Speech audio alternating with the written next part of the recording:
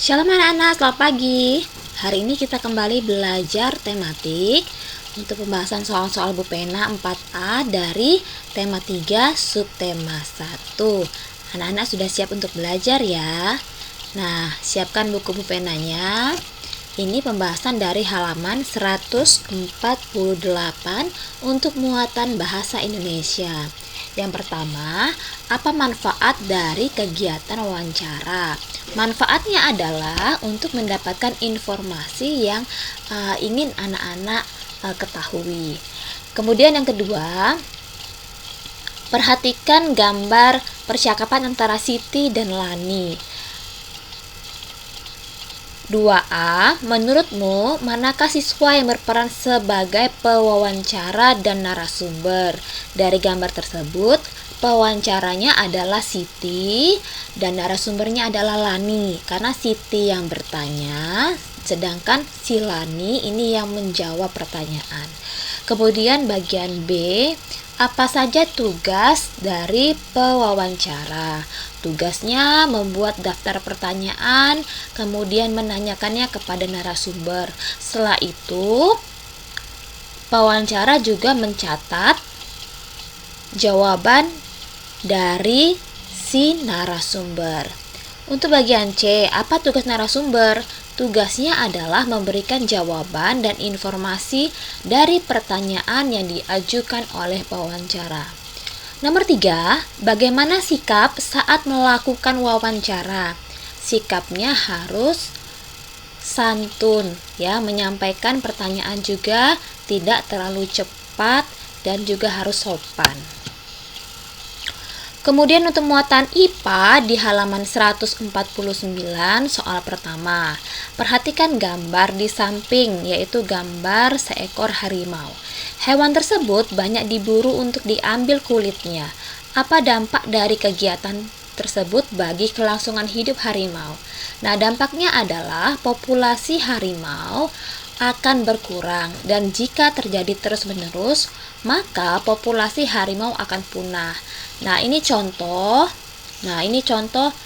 kulit harimau yang diambil untuk misalnya diperdagangkan. Nah, ini diamankan ya oleh pihak terkait yang berwenang. Ini contoh harimau di Aceh yang mati ya. Ini sedang diamankan ya, dibawa ke BKSDA, Balai Konservasi. Nah, kemudian yang kedua, apakah kamu setuju dengan kegiatan pembukaan perkebunan dengan cara membakar hutan? Kemukakan dampak positif dan negatifnya. Jelas ya, tidak setuju. Nah, dampak positifnya adalah ketika membuka lahan, maka dapat digunakan untuk pemukiman atau lahan pertanian. Namun, dampak negatifnya dari pembakaran hutan jauh lebih besar, yaitu hilangnya habitat hewan liar, meningkatnya polusi udara, mengganggu pernafasan, dan mengurangi sumber daya hutan. Yang ketiga, bagaimana cara menangkap ikan agar tidak mengganggu keseimbangan lingkungan? Nah, caranya ikan yang ditangkap menggunakan peralatan yang aman, seperti tidak menggunakan bom atau pukat harimau. Nah, pukat harimau ini apa? Pukat harimau ini jaring yang sangat besar ya, yang bisa menangkap begitu banyak ikan, baik ikan yang besar ataupun yang kecil, sehingga ikan-ikan kecil ini tidak sempat untuk berkembang menjadi besar, dan lama-kelamaan ikan akan habis di laut. Nah, penangkapan yang baik ya misalnya dengan cara dipancing. Kalau menggunakan jala yang biasa ya, bukan pukat harimau.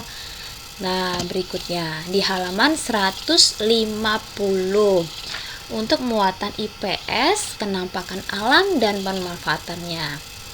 Nah, lengkapilah tabel. Yang pertama, identifikasi definisinya. Pantai itu daratan yang berbatasan langsung dengan laut, sedangkan dataran rendah adalah permukaan bumi berupa daratan yang luas dan berada pada ketinggian 0 hingga 200 meter di atas permukaan laut. Dataran tinggi memiliki ketinggian 200 hingga 600 meter di atas permukaan laut. Kemudian sumber daya alamnya, kalau di pantai, ikan, udang, cumi, rumput laut, tanaman kelapa, dan air laut. Sedangkan di dataran rendah itu tumbuhannya seperti padi, tebu, karet, dan kelapa sawit. Hewannya misalnya ayam, itik, sapi, kambing, dan ikan air tawar. Nah, sedangkan di dataran tinggi, tanaman yang biasa dibudidayakan di dataran tinggi contohnya teh, stroberi, kentang, sayur-sayuran, wortel. Kemudian untuk hewan ternak yang biasa dibudidayakan, dikembangbiakan di dataran tinggi, ayam, itik, sapi, kambing, ikan air tawar, dan ada juga barang tambang. Nah, yang ketiga, pemanfaatannya di daerah pantai biasa digunakan sebagai perkebunan kelapa, kemudian sebagai tempat pelelangan hasil tangkapan laut, dan juga sebagai tempat wisata. Di dataran rendah biasa digunakan untuk pertanian, perkebunan, industri. Industri ini pabrik, bisa juga untuk perkantoran, kemudian peternakan, tempat wisata, dan perusahaan tambang. Sedangkan di dataran tinggi digunakan sebagai lahan pertanian, perkebunan, industri, peternakan, tempat wisata, dan perusahaan tambang.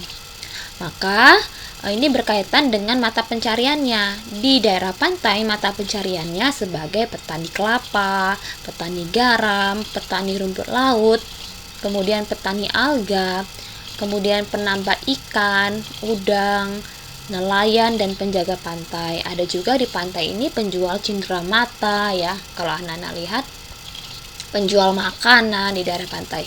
Kemudian di dataran rendah, mata pencariannya sebagai petani, penambang, peternak, penjaga tempat wisata, buruh pabrik, atau juga karyawan kantor. Nah, di dataran tinggi, mata pencariannya yang ada biasanya petani, penambang, peternak, dan penjaga tempat wisata. Nah, soal yang kedua, mengapa dataran tinggi sangat cocok untuk perkebunan teh? Karena tanaman teh ini adalah tanaman yang membutuhkan suhu rendah agar dapat tumbuh dengan baik. Semakin rendah suhunya, maka tanaman teh ini akan memiliki kualitas yang lebih baik. Berikutnya, untuk muatan bahasa Indonesia di halaman 158, membuat pertanyaan dari gambar. Nah, gambarnya di sana adalah gambar budidaya tanaman stroberi. Untuk membuat pertanyaan, perhatikan 5W1H. 5W itu apa? What? What artinya apa? When?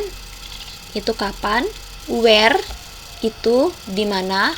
Why? Itu kenapa? Who? Itu siapa? Dan ditambah dengan how, bagaimana?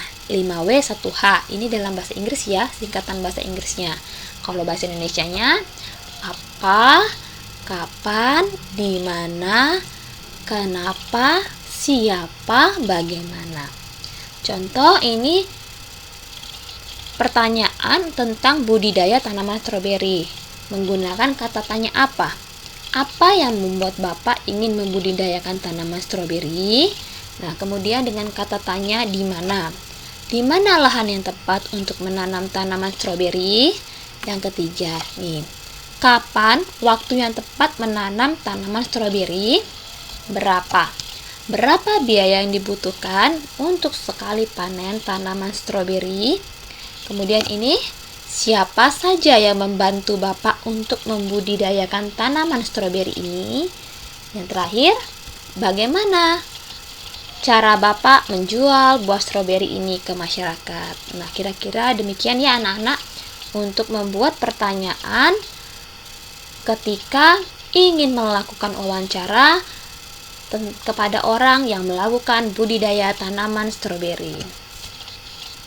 Di halaman 162 untuk muatan IPS, soal pertama, Perbedaan antara tempat hidup tanaman padi dan teh. Padi umumnya hidup di dataran rendah dan tinggi di daerah tropis.